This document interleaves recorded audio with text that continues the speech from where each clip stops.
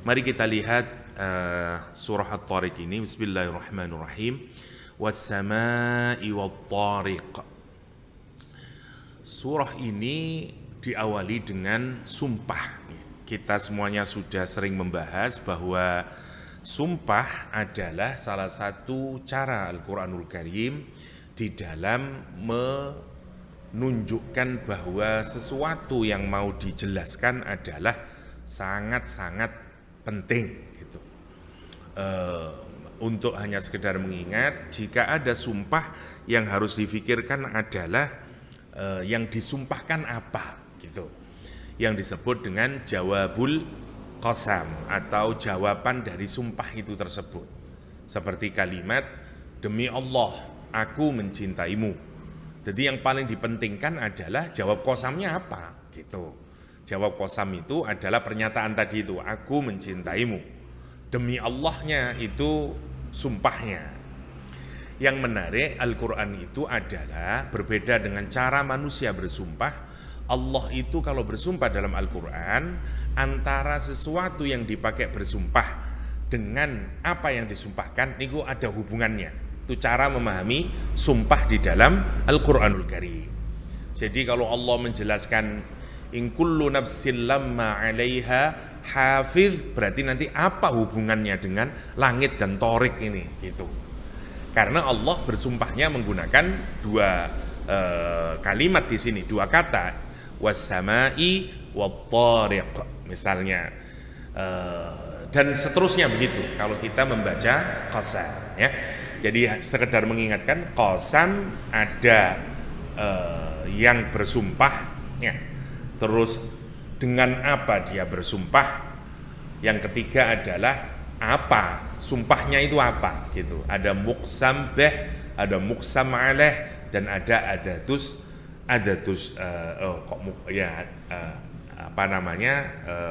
apa yang disumpahkan.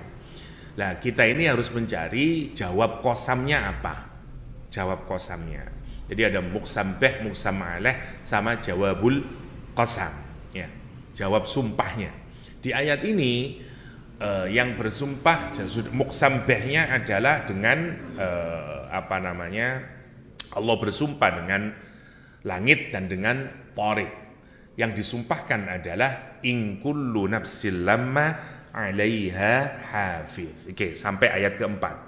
Terus baru kita disuruh melihat dari apa ini kita diciptakan dan seterusnya ya. Oke, mari kita lihat yang pertama. Was-samaa'i, demi langit, wat-tariq, dan tariq dari kata yang sudah umroh atau haji mesti tahu ya. Jadi kalau askar atau orang-orang tariq ya haj biasanya mesti kenal istilah itu, karena apalagi kalau di Mina atau di Arafah ya, penuh orang untuk membuka jalan, biasanya selalu ngomongnya gitu, Tariq, semua orang Indonesia tahu itu, Tariq ya haj ya. Tariq dari kata toroqa sebenarnya ya. Toroqa itu striking ya. Kalau jenengan main bowling ya. Main bowling pas bolanya itu mengenai yang berdiri gitu itu, kalau jatuh semuanya namanya strike. Nah, namanya strike. Kalau pas mengenai gini. Maka strike itu kalau ada kaki kita kalau mengenai bumi, namanya toroqa. Ya. Tariq kalau dikasih yaknya yang panjang, tariq. Artinya jalan. Tariqah, jalan tertentu. Nah, apa hubungannya dengan tadi kaki yang menginjak bumi gini itu? Seperti main bowling tadi, striking ya. Apa hubungannya? Jalan yang dimana orang banyak kaki di situ yang melaluinya. Jadi kalau ada jalan di mana banyak kaki di situ melaluinya, namanya tariq. Tapi bukan jalan besar. Kalau jalan besar ada lagi, bisa namanya macam-macam jalan itu. Wonten syari', wonten tariq, wonten macam-macam dalam Al-Quran. Tapi yang umum kita melihat ada yang rada mirip ya, ada syari', ada thariq. Bedanya begini, kalau syari' itu jalan orang membawa untanya atau jalan orang menuju oasis, menuju mata air, sumber air. Jadi orang Arab itu kan tidak banyak air. Jadi di sana misalnya ada satu lembah sedikit atau oasis ya, maka orang pada ke sana ngambil air dan dia membawa untanya juga yang kehausan itu untuk bisa minum ke sana. Namanya syari', namanya asyari'. Lah, jalan yang kecil itu yang dilalui orang untuk sampai ke oasis agar dia bisa hidup karena mendapatkan air, namanya syariah. Nah, maka makna dasar syariah sebenarnya apa? Jalan yang mengantarkan kita menuju air kehidupan itu. Karena kalau kamu tidak dapat air, mati kamu, untamu mati. Karena itu syariah itu jalan untuk memberikan air kehidupan. Allah menggunakan ajaran agama kita itu disebut dengan syariah. Ngoten. Tapi kok iso wong kehausan dia, mau mati dia, mau sekarat dia, diajak minum air, ndak mau. Aku ndak seneng lah syariah itu. Lucu hasilnya, lah gitu. Wong itu jalan mengantarkan kita menuju oasis. Gitu. Yang kedua namanya thariq. Kalau thariq itu misalnya jalan yang tadi yang banyak dilalui orang, tapi dia tidak besar. Kalau yang besar sekali, banyak orang masuk ke sana, namanya sirat. Macam-macam jalan itu. Dan itu salah satu keunikan bahasa Arabnya. Jadi sirat itu jalan yang besar. Ya. Dan hanya satu arah sirat itu. Boten jadi biasanya kayak nopo nggih, avenue atau bolehlah boulevard ya, yang besar. Ijen Boulevard namanya. Boten Ijen Syariah, boten atau Ijen apalah. Mungkin padanannya kalau dalam bahasa kita ya kados avenue atau boulevard ya. Bedanya kalau boulevard itu dua, avenue satu, tapi besar. Namanya dan satu arah seperti jalan tol. Jalan tol itu sebenarnya kayak sirat. Begitu orang masuk, dia akan sampai di ujungnya. Itu namanya sirat. Ihdinas siratal mustaqim. Dan sirat itu besar jalannya.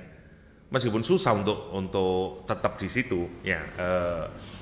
Karena itu macam-macam sebagaimana jadi kalau kita mengenal makna kata ini penting, soalnya dari situ kita melihat oh iya ya, kalau berarti sirat ya memang macam-macam, wonten truk, wonten bis, ada macam-macam di situ ya. Sebagaimana yang penting kita fastabiqul khairat, ngoten, sepanjang orang itu ada di sirat selamat dia gitu.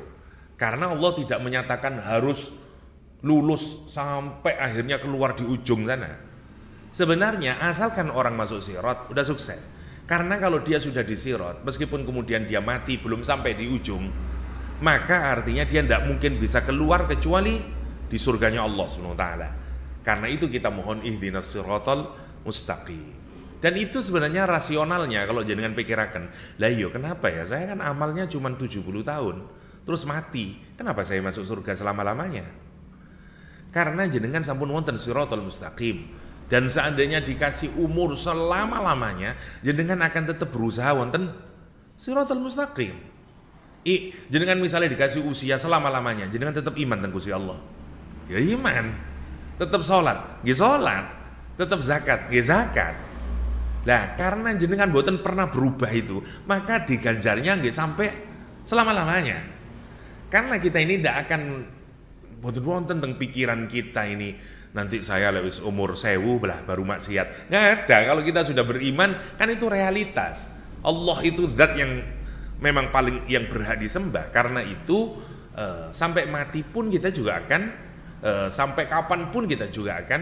Lah itulah yang salah satunya yang membuat logikanya mengapa kita dibalas dengan surga selama-lamanya. Begitu juga mungkin kita saya maksiat dulu cuma 70 tahun ya Allah. Di dunia itu saya maksiat 70 tahun. Kenapa sekarang saya disiksa di neraka selama-lamanya? Iya, karena kalau kamu saya kasih usia selama-lamanya pun kamu terus bermaksiat. Kamu terus kufur kepada Allah. Kamu terus syirik kepada Allah. Ya, jadi ada dua yang dilihat oleh Allah itu, amal zahir kita dan hati kita. Ya, innallaha la yanzuru ila suwarikum wala ila ajsamikum walakin yanzuru ila qulubikum wa malikum. Ya, itu pentingnya kita memahami kata. Karena kalau kita memahami kata, itu jadi saya nanti. Itu pentingnya, ya. Lah masalahnya adalah untuk memahami kata itu kita harus merujuk ke kamusnya, cara berbicaranya orang Arab zaman dahulu. Jadi jenengan gak ada kamus di rumah, kamus bahasa Arab Indonesia, sing cuman satu buku, ya satu kitab, lah ini belum bisa. Karena itu cuman kamus kata. Napa malih cah gontor awal biasanya kamusnya hijau kecil, namanya Mahmud Yunus. Nah, wonten kamus Mahmud Yunus, wonten saged. Nih, itu hanya sekedar makna kata. Kita tidak akan mengerti makna kata bahasa Arab sebagaimana yang dulu difahami oleh Rasulullah dan para sahabatnya dan orang-orang Quraisy saat itu. Nah, hatta orang Arab juga nggak tahu. Orang Arab sekarang juga nggak tahu. Alhamdulillah, para ulama kita itu sudah menulis kitab yang menjelaskan setiap kata sebagaimana makna orang Quraisy yang mendahulu kala.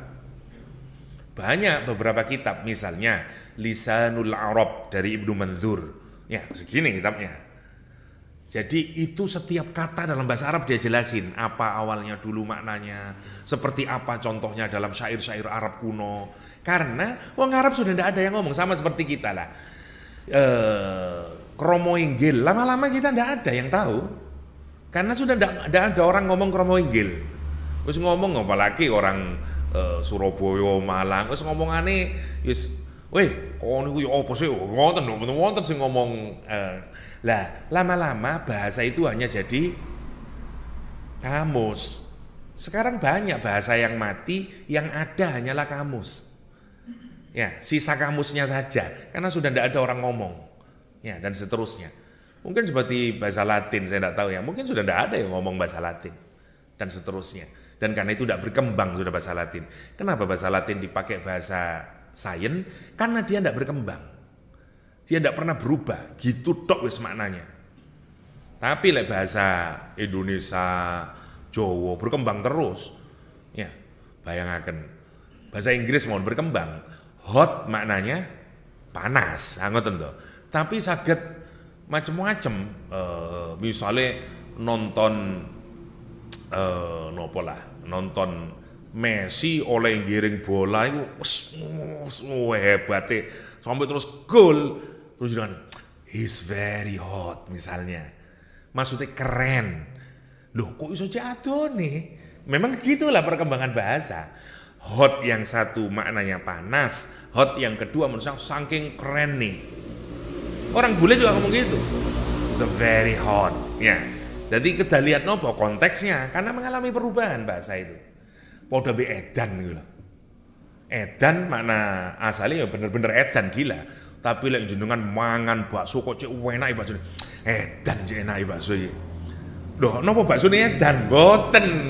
Wong sing kait belajar basa Jawa, ya betul. Bakso kok edan. Saking enake. Allah, edan bakso iki enak ya. Wedan, diedan-edanaken bakso niku. Niku bukan berarti edan, niku perkembangan bahasa. Latin mboten berkembang.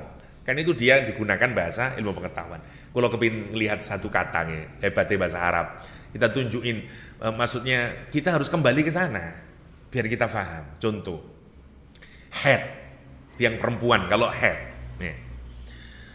Head itu makna dasarnya adalah hadho. Hadho itu mengalir, to flow. Ya. Jadi kalau mengalir namanya hadho.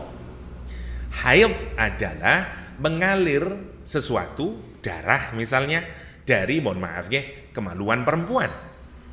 Namanya haid. Ya. Tapi tidak banyak. Ya. Karena itu pakai iya.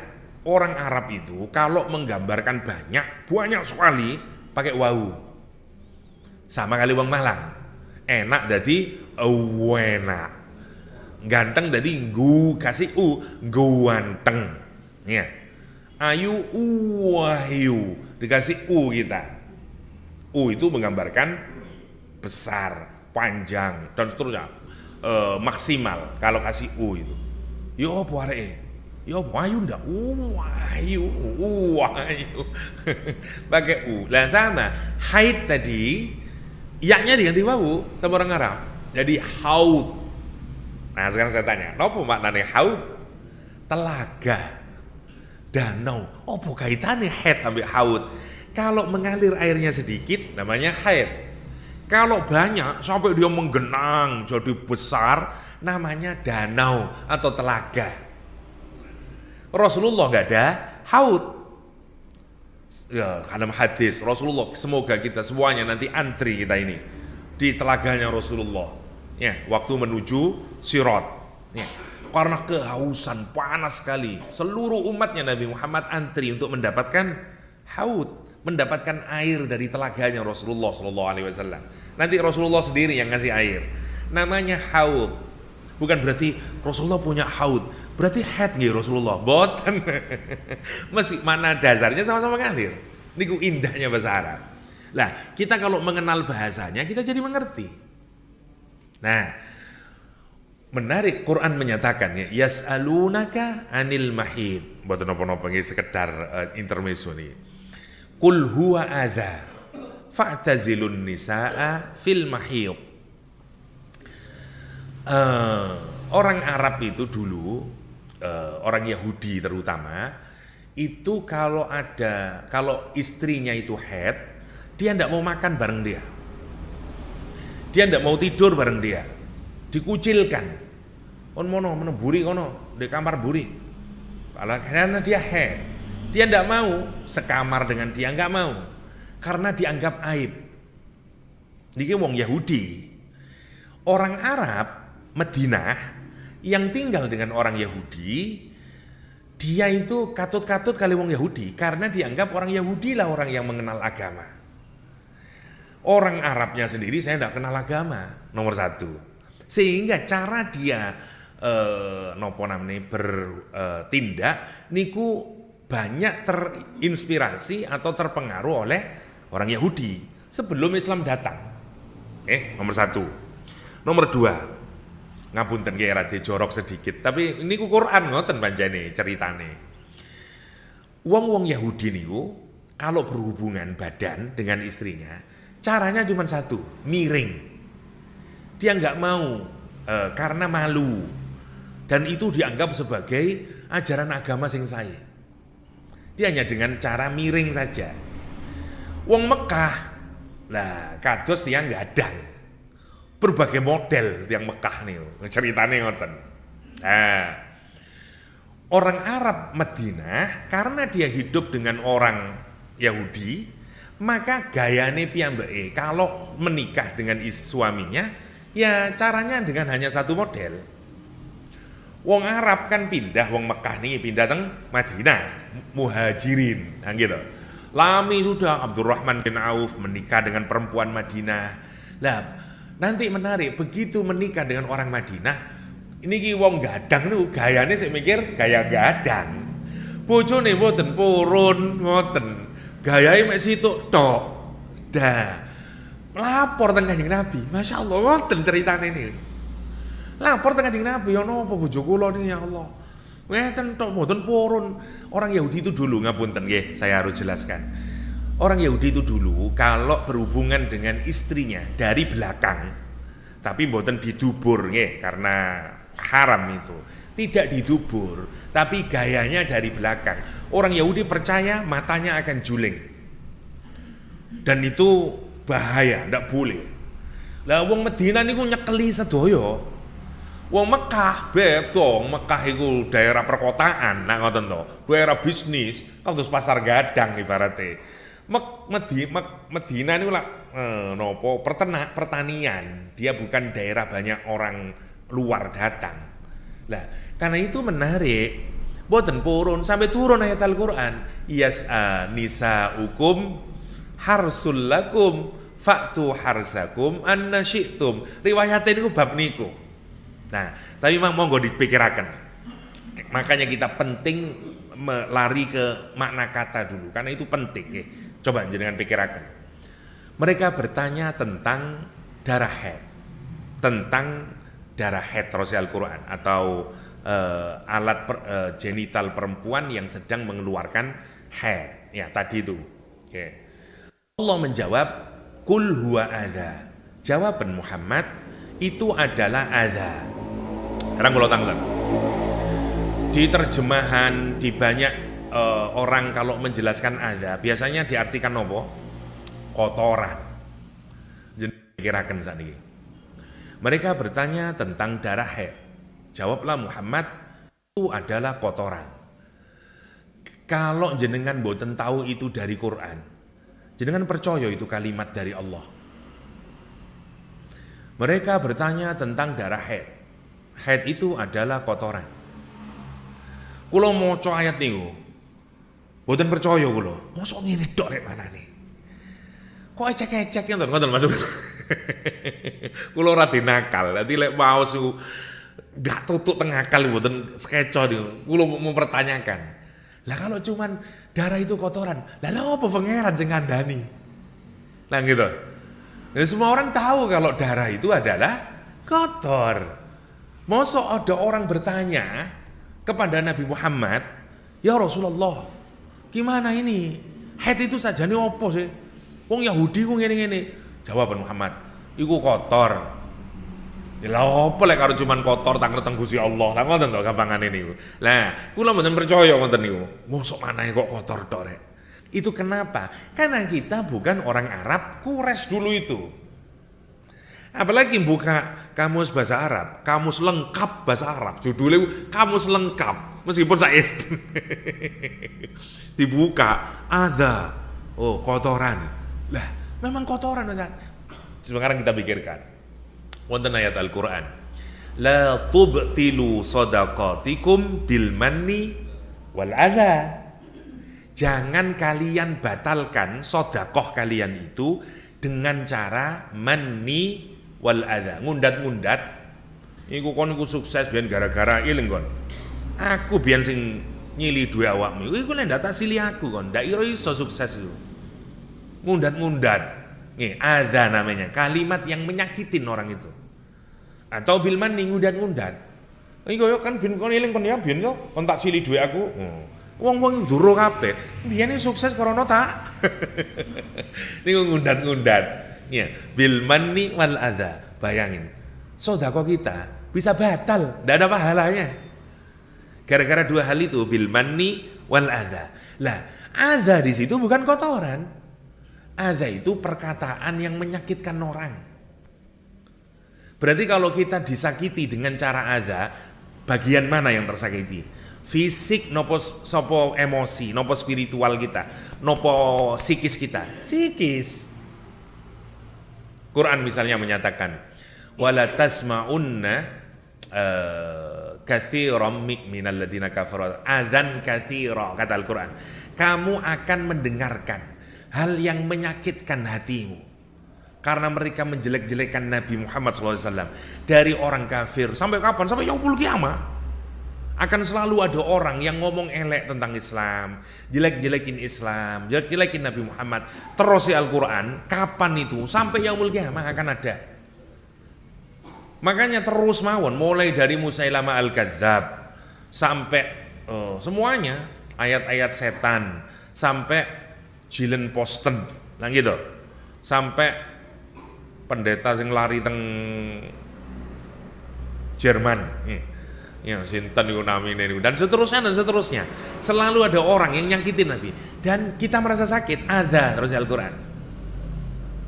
Nopo fisik kita sakit, mboten, menarik. Makna pertama, kalau kita lihat Al-Qur'an. Hadis Rasulullah SAW menyatakan, imatatul adza anit thoriq sedekah. Sedekah paling rendah niku terus Kanjeng Nabi adalah imatatul adza. membuang adza.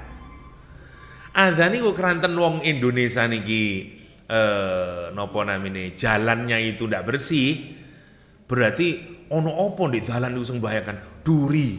Lah lek dalane bersih, jenengan sakit ngomong duri. Keronten pinggir-pinggire dalan kathah wit-witan zaman biyen. Lah kalau jalannya niku teng Los Angeles niku atau New York, ya napa nerjemahkan imatatul adza, membuang duri, enggak ada duri di sini. Wong ndak ada pohon. Nah, berarti adza niku bukan hanya duri. Apa saja yang menyakitkan secara fisik. Loh, sekarang yang ada maknanya fisik menyakitkannya, tapi yang di sodako, di macam lain itu maknanya secara psikis. Jadi Allah itu mau menjelaskan. Lah sekarang nanti kita akan mengagumi Allah. Kapan? Kalau kita tahu makna dalamnya itu. Allah itu nyatakan adza itu adalah perempuan akan mengalami dua hal. Sakit dia secara fisik, meskipun beda-beda tiang istri nggih.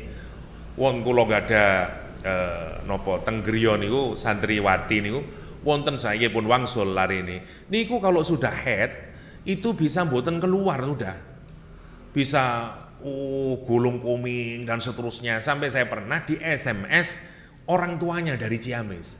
Pak Ustadz mohon maaf, anak saya malu mau ngetan, dia minta ke rumah sakit karena ndak kuat. Padahal head sakit sekali mungkin buat dia. Ya, jadi head itu punya kemungkinan dua, sakit kepada tubuhnya, wis semboyo nopo ta, ngelu ta nopo ta, kita ndak merasakan, tapi yang jelas ada rasa sakit secara fisik.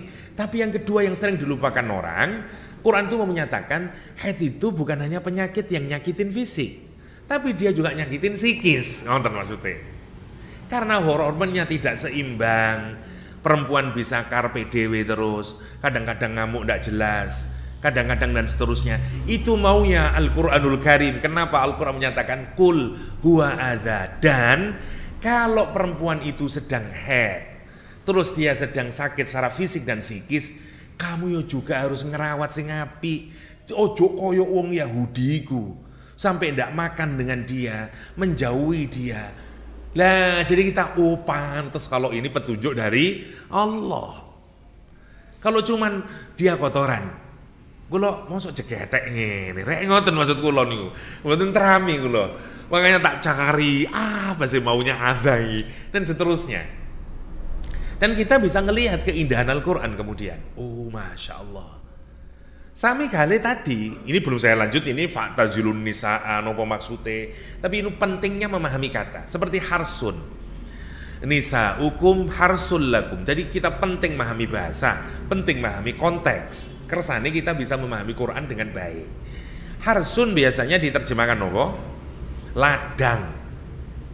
Nah, tapi keranten sing mubalaghe iku lanang, pikirane rada ngeres, maknani nisaukum harsul lakum. Istri-istrimu itu adalah sawah, ladang bagimu. Wati cangkulono sakarepmu wis. Banganan, bangiri, bangalor, bangidul, ngoten tok isine. Lah kula ngoten mboten ndak nyesek teng ati niku. Mosok ngene tok anane rek. Nah, Mas, sekarang kalau kita pikirkan ngeten, harsun itu ladang, konteksnya itu kita sebagai petani. Kalau petani itu nanam benih, benihnya itu penting untuk masa depan jenengan atau petani misalnya. Dia ini urip nih tergantung dengan sawah nih. Karena dia harus ngasih makan istri dan anak-anaknya. Untuk nyekolahkan anaknya, uangnya dari mana? Dari sawah nih. Nah kalau saya ini nanam benihnya, yang benih itu akan saya pastikan nanti bisa jadi pohon yang sehat, mengeluarkan buahnya. Karena dari situ saya bisa ngasih makan anak istri saya dan seluruhnya. Pertanyaan saya, jenengan waktu menanam benih itu, kemudian jenengan jogo serius nomo boten? Jogo serius. Tanahnya digemburkan dulu. Terus dipastikan airnya, dipastikan pupuke, dipastikan cahaya yang masuk. Gue ono doyong titik tak kasih nopo namin jenengan dikasih bibit musang king. Ya apa lah yang ngerawat niku. Masya Allah nggih. Jenengan nanam anggur, nanam jeruk, nanam nopo mawon. Wonten bahkan pagi sudah ngasih gini. Nanti harus di pruning. Kalau usia sekian harus di pruning. Oh dipotong lendak itu enggak keluar buahnya. Semuanya. Obatnya kudu ini P1, P2, campur mes, campur niki, ini macam-macam. Semua pikiran kita, emosi kita, bahkan wonten sing kali didungani, ya didungani kali nyiram Bismillahirrahmanirrahim, ya Allah, mugi-mugi subur dan seterusnya. Maunya Quran itu semuanya itu, istrimu itu seperti sawah, tempat kamu nanam benihnya, rawat dia, pastikan airnya, pastikan pupuknya, pastikan cahayanya. Yang hati-hati, ojo kasar-kasar. Rusak nanti benihnya itu. Karena kamu ini masa depan kalian berdua. Itu maunya Al-Quranul Karim. Tapi dadi cuman cangkulono ya sakarepe ngoten tok isine niku. Padahal Allah damel simbol ngoten. Simbol yang indah. Jadi seperti kita petani dan ladangnya. Ngoten maksudnya niku. Tapi indah. Dan lihat kemampuan perempuan itu sebagai ladang, tanah yang baik. Kalau kita mboten care tentang tanahnya, ndak muncul benih niku. Makanya kita yang harus sahe tentang tanah itu, harus menggemburkan, harus memastikan dan seterusnya, biar dia hidup dengan baik. Karena ngeres pikirannya mung situk tok iku, wis dadi cangkulono wis sakarepmu, wis ngoten tok pikirane niku. Masya Allah, ayat Allah yang sedemikian indah niku hilang kemudian. Mung cuman bener salah satu maknanya memang itu, tapi boten hanya sekedar itu. Ngoten maksudnya. Lah sekarang kita masuk ke ayat pertama. Was-samai wat-thariq. Sama dari kata sumu, semua yang ada di atas kita. Maka kalau disebut dengan sama adalah segala sesuatu yang ada di atas kita. Sama berarti apa saja yang ada di atas kita niku namanya sama. Sebenarnya ini juga bisa disebut sama secara bahasa. Tapi karena orang dulu itu rumahnya mboten seperti kita, ya. Jadi sama itu sebatas mata kita melihat itu di atas itu. Langit itu namanya sama. Tapi kalau Quran nyebut sama itu berarti maknanya dua. Satu, langit pertama atau langit dunia, langit yang dekat dengan kita. Disebut dengan sama ud-dunya. Ya. Ad-dunya artinya lebih pendek. Jadi langit yang paling pendek ke kita di Quran disebut dengan sama ud-dunya. Ya. Langitnya langit yang lebih pendek maksudnya Al-Quranul Karim. Nah, makna yang kedua seluruh langit. Seberapapun kalau ada 7 langitnya, berarti semua langit itu sampai 7 disebut Al-Quran dengan sama. Was-samai demi langit kata Allah SWT. Wat-thariq. Thariq itu adalah tadi ya, thariq adalah orang yang berjalan di malam hari ya. Kemudian begitu dia sampai di tujuan, dia mengetuk pintu ya rumahnya itu padahal di tengah malam. Kenapa? Karena orang Arab sering melakukan perjalanan itu di malam hari daripada di siang hari, terutama musim summer karena panas di siang hari kentang-kentang, tidak kuat dia, apalagi kalau 40, 50 derajat, gak bisa, hanya unta yang bisa berjalan ya di gurun pasir yang panas, yang lain tidak mampu. Nah itu unta sikile didamel sekandel itu ya, dan bahkan dia mboten saged kados ambles itu, dia tetap bisa berjalan di pasir. Itu karena memang dia didesain oleh Allah untuk makhluk jenis padang pasir. Masya Allah, bibirnya yang tebal itu, di tengah gurun pasir itu hanya ada pohon yang berduri, yang kalau hewan lain makan itu mesti ketusuk durinya dan dia tidak bisa makan yang dimakan daunnya. Lah, unta bisa karena didesain khusus niku bibire iku, meskipun wonten durinya. Makanya pohon berduri itu hanya unta sing saged makan itu. airnya, oh sesak jeding nih mlebu wetenge. Ya. Terus berliter-liter itu memang didesain Allah untuk hewan gurun pasir. Nah, tapi orang Arab itu banyak melakukan perjalanan di malam hari. Karena apa? Lebih adem. Lah, maka kalau dia perjalanan malam terus ke rumah kita, terus tok-tok, kita kaget. Visitor yang tidak kita duga dan jalannya malam hari namanya Thariq. Ngoten. Mana pertama? Jadi was-sama'i wat-thariq, demi langit dan demi visitor di tengah malam. Tamu di tengah malam. Oh, apa maksudnya ini? Nomor satu, maknanya thariq. Nomor kedua, thariq itu kemudian digambarkan seperti begini. Seperti tamu juga. Kalau malam hari itu gambarannya kan peteng dedet. Nggih, enggak ada apa-apa. Seperti kalau jenengan misalnya kemulan di malam hari, enggak kelihatan apa-apa gini. Terus kemule wonten lubange. Wonten lubang sedikit itu. Lah terus seperti ada tamu yang masuk ke selimut kita itu, cahaya itu dari bintang itu masuk tung. Wah, menerobosnya nih, ya menerobosnya bintang itu ke selambu kita atau di dalam rumah peteng dedet terus wonten cendelone. Itu begitu malam masuklah cahayanya dari bintang yang bersinar itu masuk menuju kita. Lah itu juga namanya thariq. Nanti Allah menjelaskan sendiri apa yang saya maksudkan dengan thariq. Tapi saya menjelaskan secara bahasa dulu. Allah bersumpah dengan itu was-sama'i wat-thariq. Kata Al-Qur'anul Karim. Oke. Was-sama'i wat-thariq, demi langit dan demi bintang, mana yang kedua ya, selain visitor di tengah malam, yang kedua adalah bintang yang bersinar ya, atau bintang yang menyala ya, namanya thariq. Wa ma adraka mat-thariq.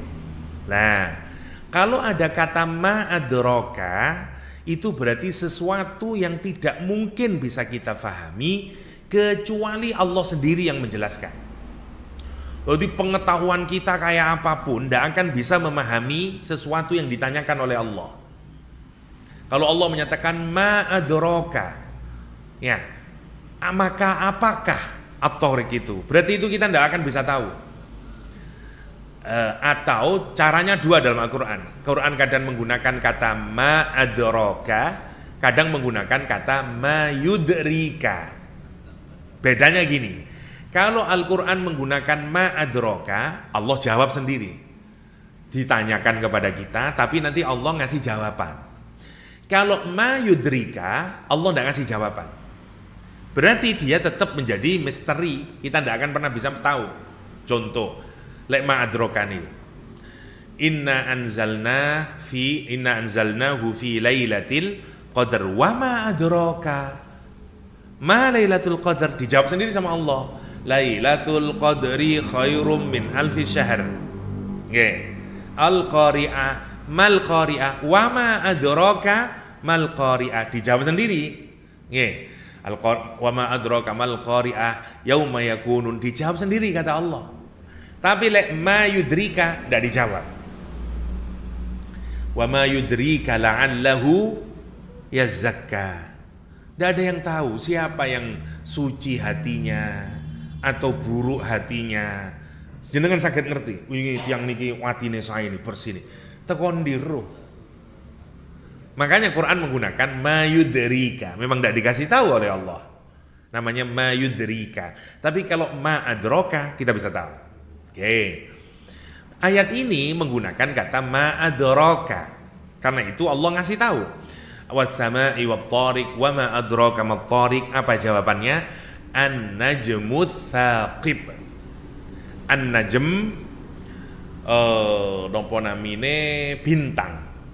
Bintang yang kelip-kelip ya. Yang kelip ngaten niku.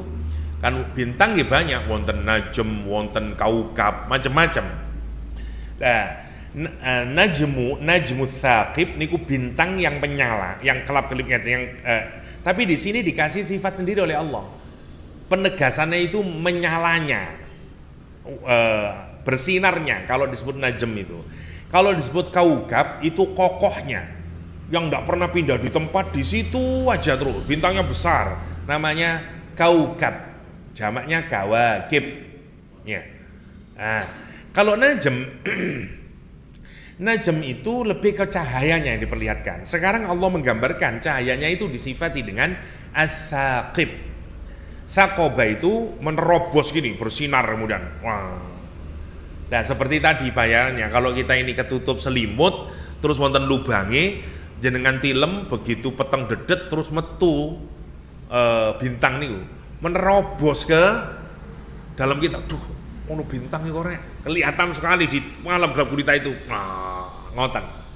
Nah ini ku namanya najmut thaqib. Apa hubungannya dengan tamu tadi? Ya sama, tamu di kegelapan, kita tidak tahu, tidak mengundang, tiba-tiba knocking the door, kemudian knock, sopo kira begal iso nggih, karena malam hari namanya najmut thaqib. Nah, kalau kepin ngomong tamu karena ini penting. Tamu niku dalam bahasa Arab disebut dengan dhaifun, ya. Dhaif itu dari kata idhofah. Idhofah itu disandarkan. Seperti anakku. Nah, ini namanya idhofah, susunan idhofah. Anak sama aku digandeng jadi satu, anakku. Nah, namanya idhofah. Tamu itu dari kata dhaifun itu juga idhofah. Kenapa? Karena dia disandarkan kepada tuan rumahnya. Dengan tuan rumahnya. Sekarang monggo dipikirkan. Nabi Ibrahim alaihissalam dikenal dengan sebutan Abu Dhaifan, bapaknya para tamu.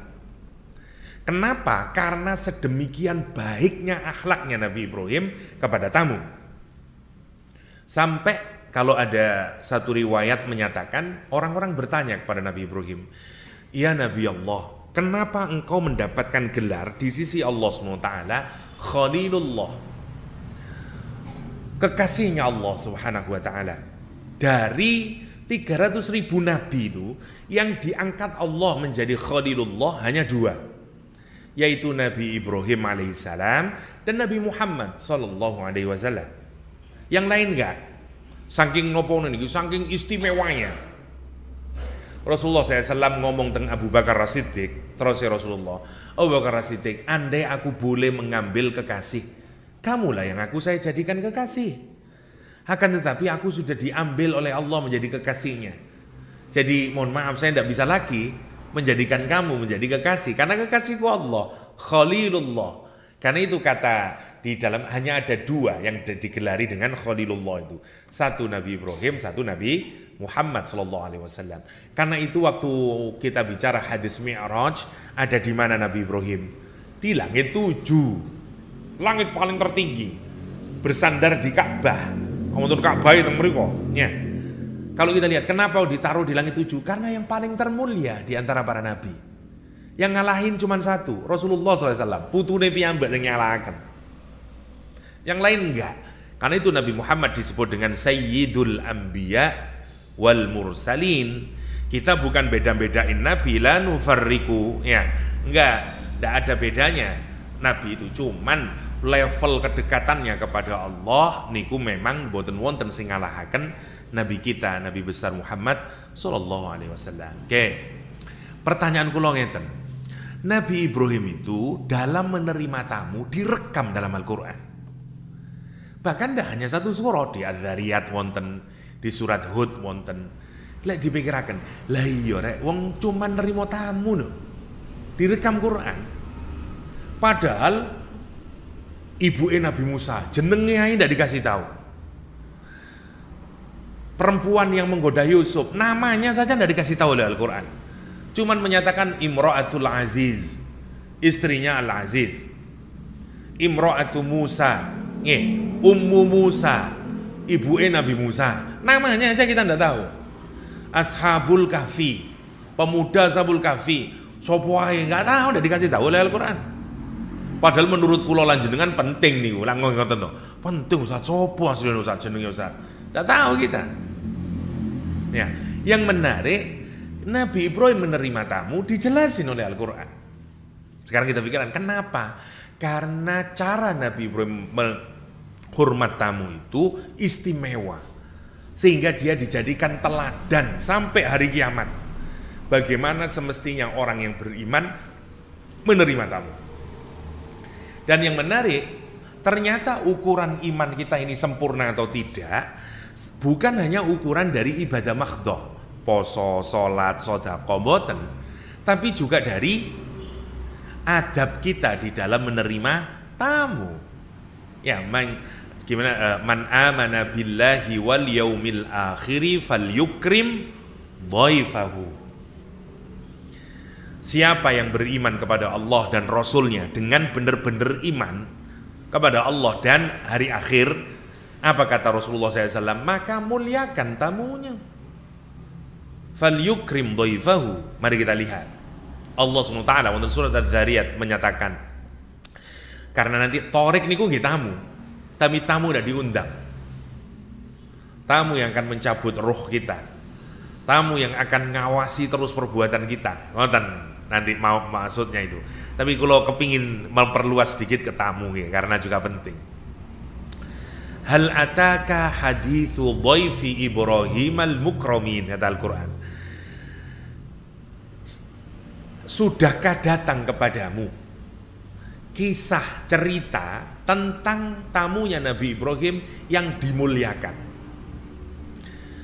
Ceritanya ini terjadi zaman dahulu kala, wong kita aja tidak bertemu dengan Nabi Ibrahim. Ya, 6.000-an tahun mungkin yang lalu. Lama. Quran menyebut kisah itu boten qissah. Bukan nahnu naqussu alaik, bukan qissah. Ya. Tapi Quran menyebut hadis. Hadis itu dari kata hudus. Hudus itu sesuatu yang baru. Namanya hudus. Ya. Makanya kalau sesuatu yang baru al-hadithah, sesuatu yang baru. Dengan pikirakan sekarang. Lah iya ceritane 6.000 tahun yang kepungkur, 6.000 tahun yang lalu. Kenapa Allah menyatakan hadis? Lek bahasa sekarang hadis niku breaking news. Wah nurek Jepang ambil Kroasia 1-1. Terus kalau film soalnya, mboten terus, mboten ngertos kalau pinten-pinten pun, mboten kiat pun, aduh turu akhirnya, karena nonton piyambekan. Lah, ini ku namanya breaking news. Kenapa? Karena beritanya baru saja kejadian. Semeru meletus lagi, namanya breaking news. Ngoten maksudnya. Tapi kalau 6.000 tahun yang lalu, ya loh pokok breaking news niku. Ngeten maksudnya. Meskipun cerita masa lalu, tapi nanti diceritakan oleh Allah SWT dalam Al-Quran itu, dan akan terasa oleh kita seperti sesuatu yang baru. Wah, ini maksudnya hadis. Tamunya disifati oleh Al-Quran dengan mukromin, dimuliakan. Kenapa dimuliakan satu? Karena tamunya malaikat. Malaikat itu dimuliakan oleh Allah SWT. Dia mu'azzamuna ya indallah. Dia dimuliakan di sisi Allah SWT. Ada 4 malaikat, Mikail, Israfil, Jibril dengan Rafail. Ya, 4 malaikat yang bertamu ke Nabi Ibrahim alaihissalam. Semua yang il berarti Allah. Ya. Jibril dari kata Jabara, ya, ilnya Allah. Jibril Abdul Jabbar, oleh bahasa Arab. Israel Abdullah, ngoten. Dan seterusnya. Mboten napa-napa namai anak Israel, kan menarik. Sapa anake Israel? Bahasa Ibrani, bahasa Ibrani. Kan sama saja. Dan jadi ustadz menarik. Mari dipersilakan kepada Ustadz Israel. Bisa ditangkap nih, anak Israel namanya. Mboten napa-napa. Bahasa Arabnya Abdullah. Basa Jawane kaulane Gusti Allah. Jadi hamba Allah. Jenengan ndamel ya, anak nama anak sapa jenenge? Kaulane Gusti Allah. Ndak mboten napa-napa. Nggih. KGA disingkat KGA. Sinten? Kawulane Gusti Allah misale. Niku manane nggih Abdullah sami mawon. Cuman ada yang bahasa Arab, ada yang bahasa Ibrani dan seterusnya. Ini namine Rafael. Sekarang masuk di Eropa namanya Rafael. Ya, Rafael. Wonten malaikat namine Rafael. Jadi Rafael, Mikael, Israfil, Jibril. 4 orang. Kenapa kok disebut mukromin, dimuliakan? Karena Nabi Ibrahim dalam menyambut tamu dimuliakan tamunya. Akhlak pertama Nabi Ibrahim, ikramud duyuf, memuliakan tamu, nomor 1. Idzakhulu, ingatlah ketika tamu ini masuk ke rumahnya Nabi Ibrahim, faqalu, tamunya berkata, salaman. Nabi Ibrahim menjawab, qala salamun. Nabi Ibrahim jawab, salamun. Qaumum mungkarun. Tamunya Nabi Ibrahim sama torik tamunya ini, karena datangnya malam-malam. Nggak disangka dia kaum. Kalau kaum niku setunggal napa kali? Banyak. Karena itu dalam tafsir yang datang bertamu 4 orang. Karena Allah menyebut qaumun. Mungkarun, yang tidak dikenal, diingkari. Mungkar itu sesuatu yang kita ingkari. Enggak. Aku ndak ero sapa dekne iku. Ndak bener iku. Namanya mungkar. Karena kita mengingkari. Kalau tamu disebut mungkar karena kita ndak tahu sapa iku ya. Aku ndak duwe dulur ngono. Bojoku ya ndak duwe, sapa iku? Duduk wong kene kok. Nah, namanya mungkarun. Jadi tamunya sekarang kita pikirkan. Tamunya ini torik di tengah malam, ndak kita undang, boten satu lagi. Kalau jenengan pikirakan. Jenengan lek gak ada tamu kados ngoten, bikaaken kamar, bikaaken rumah, nggih boten lah. Sopo iki rampok paling iki ojo-ojo iki. Ya, dan seterusnya. Memang kita mboten ekspektasi dia datang. Namanya torik. Saya ingin menjelaskan torik di situ itu. Karena kita tidak tahu ini. Gitu saja Nabi Ibrahim itu masih dengan sangat baiknya menghormati tamu, memuliakan tamu. Nomor 1. Jadi nomor kali sekarang tamunya berkata salaman. Nabi Ibrahim menjawab salamun. Nah, menarik tuh. Quran itu hanya menggoda pikiran kita. Faqalu salaman qala salamun qaumum mungkarun. Sama-sama kalimatnya itu sama-sama mereka berkata, Ibrahim berkata. Mestinya ucapannya sama toh. Qalu salaman, qala salamun. Kok iso beda niku? Ngeten maksudnya, menarik Quran. Kalau dibaca an, itu implikasinya kalimatnya bentuknya kalimat kerja. Saya makan roti. Nah, itu kalimat wonten kata kerjanya. Roti namanya maf'ul bih.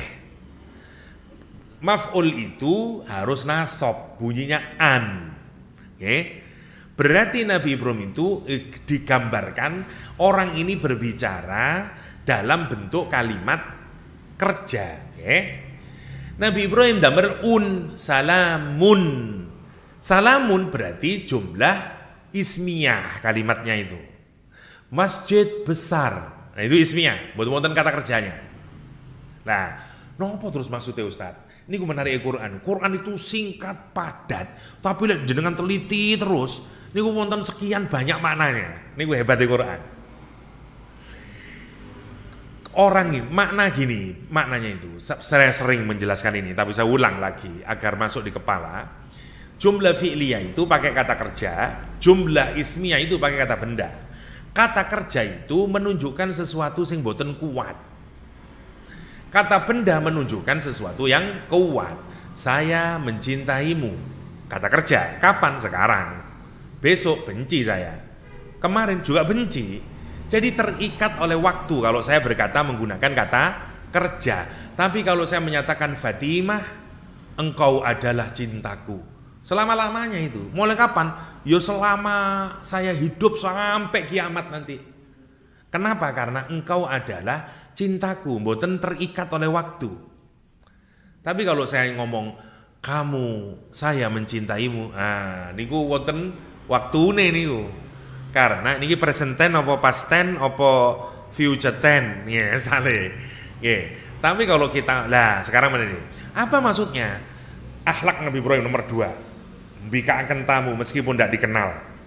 Nomor 2. Berkata-kata bahkan yang lebih baik dari tamunya. Wah, niku wabot. Jenengan nggak ada tamu, apalagi tidak dikenal. Kalimat yang kita omongkan itu kalimat yang baik, halus, bahkan lebih baik dari tamu kita kalau ngomong. Ibaratnya mulai dari salam. Tamunya ngomong assalamualaikum, tuan rumah menjawab waalaikumsalam warahmatullahi wabarakatuh. Mari. Kalimatnya manis, indah. Kalau saya mudahkan, beautiful word, sweet word. Menggunakan kata-kata yang indah. Akhlak dalam kita menerima tamu. Nah, nomor 2, nomor 3 sekarang. Faragha ila ahlihi. Diam-diam Nabi Ibrahim ke istrinya. Di surat Hud kalimatnya fama labitha. Tidak lama setelah menerima tamu itu, Nabi Ibrahim langsung ke istrinya. Ngapain? Nyiapin makanan. Akhlak ketiga kalau kita menerima tamu, boten suwe-suwe ngedalaken makanan. Wis tamu setengah jam endirek tairek ndak teko teh yo gak ono, kopi ndak ono, banyu putih aja suwene. Nabi Ibrahim mboten ngoten. Masya Allah, ini sekarang sudah ditinggalkan adab bertamu ngeten nih. Kita sudah siapa? Wong sekarang ini yang menjalankan itu ngeten nggih. Kita ini sering kali mboten faham. Kita ini menyangka orang dekat kepada Allah niku dadi kekasihnya Allah hanya karena sholat, sedekah sing kathah, nggih poso. Jenengan nerimo tamu, berakhlak dengan baik kepada tamu, itu bisa jenengan menjadi kekasihnya Allah. Kenapa? Karena kita ini tidak mungkin bisa berbuat baik kepada tamu kalau jenengan boten menyadari itu wasilah menjadi jalan kita untuk mendekat kepada Allah. Ngeten deh, kalau gambarankan ngeten. Sholat kita itu seringkali boten sempurna. Mulai semuanya, cara bentuk fisik kita sholat, kados kula. Kepingin kula niku rumiyin menawi kula duduk ya, tasyahud awal, tasyahud akhir, kaki saya sakit nekuk ngeten pun, ngadep kiblat kakinya. Tapi ketika gemuk mboten sakit, swakit. Akhirnya kaki saya gini terus lek sholat. Saya tahu itu salah, cuman bukan karena kepingin, karena bentuk tubuhnya mboten tidak bisa. Nah, bisa sempurna saya sholat, tidak bisa memenuhi sebagaimana yang diingin seperti syarak menginginkan. Jadi saya mengambil yang rukhsahnya sudah, karena tidak bisa. Duduk mboten saged, bener-bener pantat itu nempel sampai ngedek kepada kaki. Ini kelemon pahanya. Makanya kalau yang paling mangkel sini lemu itu mboten kok nopo diet itu, bukan penampilan wis payu lho apa penampilan. Mboten pati mikir kula, cuman salat mboten saged sae. Kadang-kadang kula batin kok jojo ana wong gelok dikira aku luwih ngerti hukum. Ustadz kok ngene salate ndak tepak cara sunnah niku. Sakjane mboten kula kepingin, tapi kesehatan sing mboten kompromi, makane ngeten mawon nek salat niku mboten saged nekuk kula. Niku mboten keranten, mboten sesuai dalil, panjenengan sikile sing mboten saged. Mboten saged. Masya Allah nggih. Wonten bapak-bapak sing mboten saged rokok niku. Wah, rokok niku harus lurus. Bahkan kalau dikasih gelas nih, mboten tumpah airnya. Nggih niku lek sing mboten enggak ada penyakit. Lah lek ngene boyok ya anu, ngeten tok paling mengkungkung oleh rokok niku. Lah nggih to. Mboten sempurna pun dari lihat salat kita niku, baru dari fisik nih. Nomor balik dari non fisik, nggih maos Fatihah, mau surat pendek Ustaz. Tapi kula lali pun napa maknane niku. Wong kados komat kamit mawon bismillahirrahmanirrahim alhamdulillahirabbil alamin. Dadi lek dinilai pinten sih kualitas salat jenengan niku dan kita ini kalau kita pikirkan. Terus ngoten saya insyaallah dadi waline kekasih Allah melalui salat. Jadi malaikat ceketek salat koyo ngono ae lho. Ndak tahu nangis dalam salat. Lah, Allah itu sayang sama kita. Mungkin pahala kita ndak banyak dalam salat. Kemudian jenengan dikasih tamu Yang kalau jenengan menerapkan ini, ingat Allah, terima kasih Allah jenengan mari tamu. Dan saya akan menggunakan tamu saya ini menjadi wasilah saya untuk menjadi kekasihmu. Seperti Nabi Ibrahim alaihissalam. Hanya orang sing saged ngoten, saged ngurmat tamu. Jenengan lek pikirannya itu nonton ke orang, dikapak-kapakan boten saged ngurmat tamu. Wong kok gelok jam.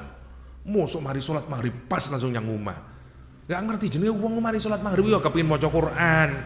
Ya sing kepengin mangan paling njaluk mbadok pancen nyang omah. Ngoten gitu. Masya Allah. Gak bisa. Kenapa? Karena pikiran kita ngelihat ke orang, tapi lek jenengan lihat ke Allah, beda malih. Jadi sanjane ngoten, tamu niku peluang jenengan menumpuk pahala. Kapan? Kalau kita ini mengingat Allah dalam hati, matur nuwun ya Allah. Mungkin salat kula mboten sae. Muga-muga niki dalan kula jenengan ridho teng kula. Wis dihormati tamu. Numpamane tamune utang, aduh jero ati aduh. Tambah remet. Jenengan amalaken amalan Nabi Ibrahim niku. Kalimatnya manis. Monggo, napa badhe utang jenengan? Mati tersenyum. Jero ati, aduh dengkulmu kotak yo. Masya Allah kalau kita pikirkan niku. Lah, niku amale Nabi Ibrahim. Niku at-tariq. Selesai dereng. Niku salaman faragha ila ali. Terus lihat, cepat mengeluarkan sesuatu. Bu ngombean, bu minuman, bu makanan. Niku adab bertamu, boten suwi. Tamu mulai jam 11. Nggih, wis. Kasih kopi, wah sekali jajan. Jam 12 waktu nih mangan, tamu nih mboten mulai-mulai. Jare tuan tamu nih, lah yo ngerti apa jam 12 mau mulai ta. Waktu nih mangan. Kok ndak mulai-mulai tamu nih. Saya kadang wonten tamu suwi, mahasiswa nak mulai-mulai ngobrol takok, aduh. Si akeh kerjaan anu. Ngadeg kula api-api teng dapur, kelontengan. Maksudnya ku ngerti ya wis suwi iki mulya, maksudnya. Lihat, nggak kuat kita ini. Nggak kuat melaksanakan Nabi Ibrahim nih. Terus kadang di samping nopo moro nyekel HP, terus maafi nerima telepon. Oh ya sebentar mangke. Padahal butuh waktu telepon nih. Masya Allah. Kalau kita pikirkan, kenapa kita bisa begitu? Lagi-lagi karena kita tidak melihat itu peluang kita mendapat pahala. Saya ingin jenengan pikiraken loh, mosok nerima tamu mawon wonten teng jerone Quran. Dan bukan boten satu surah. Dzariyat wonten, Hud wonten. Kalau itu bukan peluang kita meraih pahala, lalu apa Gusti Allah mencantumkan dalam Quran? Dan itu bahkan sampai menjadi petunjuk kita sampai yaumul kiamah. Bayangkan nih. Ya Allah. Lah gitu itu surah sekarang ndak ada yang baca nih. Fal yukrim dhaifahu. Kalau kamu imanmu sempurna, kamu memuliakan tamumu. Hadisnya jelas, Qur'ane jelas. Sing nglampahi mboten wonten kranten sing dugi. Mosok ngene iki pahala, wong badhe hutang. Kita ndak ingat itu sudah. Lihat sekarang. Mari nopo Nabi Ibrahim. Bi'ijlin samin. Ijlin anak sapi. Samin niku lemak. Nggih, samin maksudnya gemuk. Anak sapi yang gemuk. Nih ibarat sakniki masakno gule, dimasakno rawon, masakno sate, masakno soto. Wong ijlin samin. Wong Arab niku lek sampai misalnya gawe ibaratnya kambing guling nih. Niku lah istimewa iki, kula tanglet. Jenengan masak gule, rawon, sate, soto, lek nopo? Calon mertua ndugi Ustaz. Lah ngoten to. Apa masuk akeh? Nggih, yuga kula badhe dilamar. Kita hormati tamu sing ate teko niku. Utahe nopo sampean kok nyati? Anu Ustaz, Pak Haidar Nasir teng griya. Wah, jenengan serius. Karena nopo? Iki tamu agung. Tapi lek tamu ndak dikenal, jenengan ngaringi ijlin samin. Wis banyu putih lah. Aku mawon nggih, ngoten. Lihat Nabi Ibrahim akhlaknya, bi'ijlin samin. Pun pinten nih akhlaknya Nabi Ibrahim. Ijlin samin. Selesai dereng. faqarrabahu, mendekatkan makanan kepada tamunya. Ada orang yang kita ini misalnya saya ini rektor katakanlah, terus tamunya adalah dosen awal-awal. Takut sama rektornya, pemimpinnya. Mari Pak, silakan Pak, mari silakan Pak. Wonten makanan iki anu. Tapi cuman gitu, ayo dimakan. Niku pun saya, tapi kurang saya. Nabi Ibrahim mboten ngoten tok, faqarrabahu, dicedhakaken ibarat sakniki niku diangkat wong guane niku. Terus ayo monggo ayo lah dicedhek. Ayo monggo. Ngoten, keranten santri niku isin teng ustate. Utawi ngeten lah, teng mriki niki tempe goreng. Nggih, tempe goreng teng mriku duren. Waduh, salah posisi awak longgo rek. Kate jebek kono cek sungkan teng tuan tak rumahnya, aduh cek adone durene iku. Akhirnya wis lah menjas iki wis. Menjas terus nggih. Lah ibaratnya Kanjeng Nabi Ibrahim mboten ngoten, diangkat niku durene. Ayo monggo dicipi sing niki monggo ngoten. Niku namine faqarrabahu. Allah, coba jenengan bayangkan. Kita begitu itu kepada siapa? Orang yang kita senangi dan kita dekat. Calon menantu datang. Calon menantu niki dereng lamar. Saapi-api niku noto piring mawon nggih. Napa namine sendok dengan garpu ditoto saapi-api. Calon menantuku iki. Anak mantu kate teko. Masya Allah. Oleh mempersilahkan, monggo lah Pak, monggo sampai dia, monggo sekedhik mawon. Waduh. Namine faqarrabahu. Nah, begitu sudah faqarrabahu, tamu nih mboten nedha. Nah, bingung Nabi Ibrahim. Ndak tahu kalau malaikat, belum tahu Nabi Ibrahim. Karena masih torik. Kata Nabi Ibrahim, ala ta'kulun. Jenengan kok mboten nedha. Monggo. Udah dideketin meneng tok mboten. Bingung Nabi Ibrahim. Wis soro-soro gawe rawon iki. Ya, ala ta'kulun. Kenapa jenengan tidak makan? Nopo jawabane? Kata dia, wedi Nabi Ibrahim. Karena dulu itu orang kalau datang ke rumah kita terus mboten ngicipi makanan kita, artinya dia akan membunuh kita. Ngoten. Dia pembunuh bayaran, assassin, ngoten. Jadi adabe orang dulu kalau dia datang, gentle orang dulu itu. Kalau dia mau bunuh kita, dia bertamu ke rumah kita, mboten nyodok tekan buri. Carane ngoten, saya datang tak tamoni awakmu. Ayo, tak pateni awakmu. Ngoten gentle wong biyen niku. Dan dia tidak akan makan makanan kita karena saya datang akan memberikan keburukan sama kamu. Beda kali wong sakniki. Katene nyantet, nggih, teng griya disuguni misale rawon dintekno rawone mulai disantet. Lah. Niku wong saniki lah gitu. Rawon diembat, nanti ngoten saya disantet pisan. Masya Allah. Berarti orang dulu enggak. Makanya Nabi Ibrahim takut. Mangke jenengan waos surat Adz-Dzariyat utawi Hud. Fa aujasa minhum khifah. Maka wedi Nabi Ibrahim. Kenapa? Mateni aku iki. Nah, tapi menarik, akhlak malih, tapi kita kan tidak bisa mengkonfirmasi. Ngapunten. Bismillahirrahmanirrahim. Nabi Ibrahim mboten saged konfirmasi apakah itu benar-benar membunuh dia. Mboten tahu. Karena itu Nabi Ibrahim menyembunyikan rasa takutnya. 5 menit malah ya. Menyembunyikan rasa takutnya. Jadi meskipun dia takut, tapi dia sembunyikan rasa takutnya demi menghormat tamu. Kita ini kalau punya tamu, jenengan gak ada perasaan mboten enak, cek suwe ini ndak mulai-mulai sih. Kone isone utang tok, merengut tadine. Tapi kita mau menyembunyikan perasaan kita, tetap ngeladeni dengan saya. Meskipun kita tahu wis kesuwen iki asline mulya. Wis ngomong mboten pati ngreken. Nah niku mboten Nabi Ibrahim.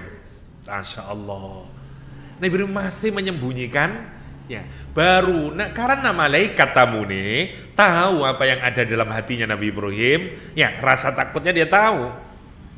Malaikatnya berkata, kami ini malaikat, kami ini datang mau ke kotanya Nabi Lut karena kami mau menghancurkan kotanya Nabi Lut nanti subuh. Saya ini mampir ke rumah jenengan sekarang, perlu nopo? Hanya ngasih kabar karena Allah menyuruh kami ngasih kabar sama kamu. Fabasyarnahu bighulamin alim. Istrimu Sarah itu nanti akan hamil punya anak laki-laki sing pinter. Namanya Ishak. Bojone mirengaken keranten sing nyiapaken rawon niku teng wingkinge cendela katakan di balik pintu. Kata terus Al-Qur'an, wa huwa fi terus Al-Qur'an sarratin. Dia memekikkan suaranya. Kalau bojomu katene anu, tangan buri nih ngomong, "Opo? Aku hamil." Nomor 1 itu. Fi sarratin. Dia tercengang sambil memekik suaranya. Kanging kagete. Nomor 2, fasokkat wajah. Ditepuk-tepuk mukane. Sirah.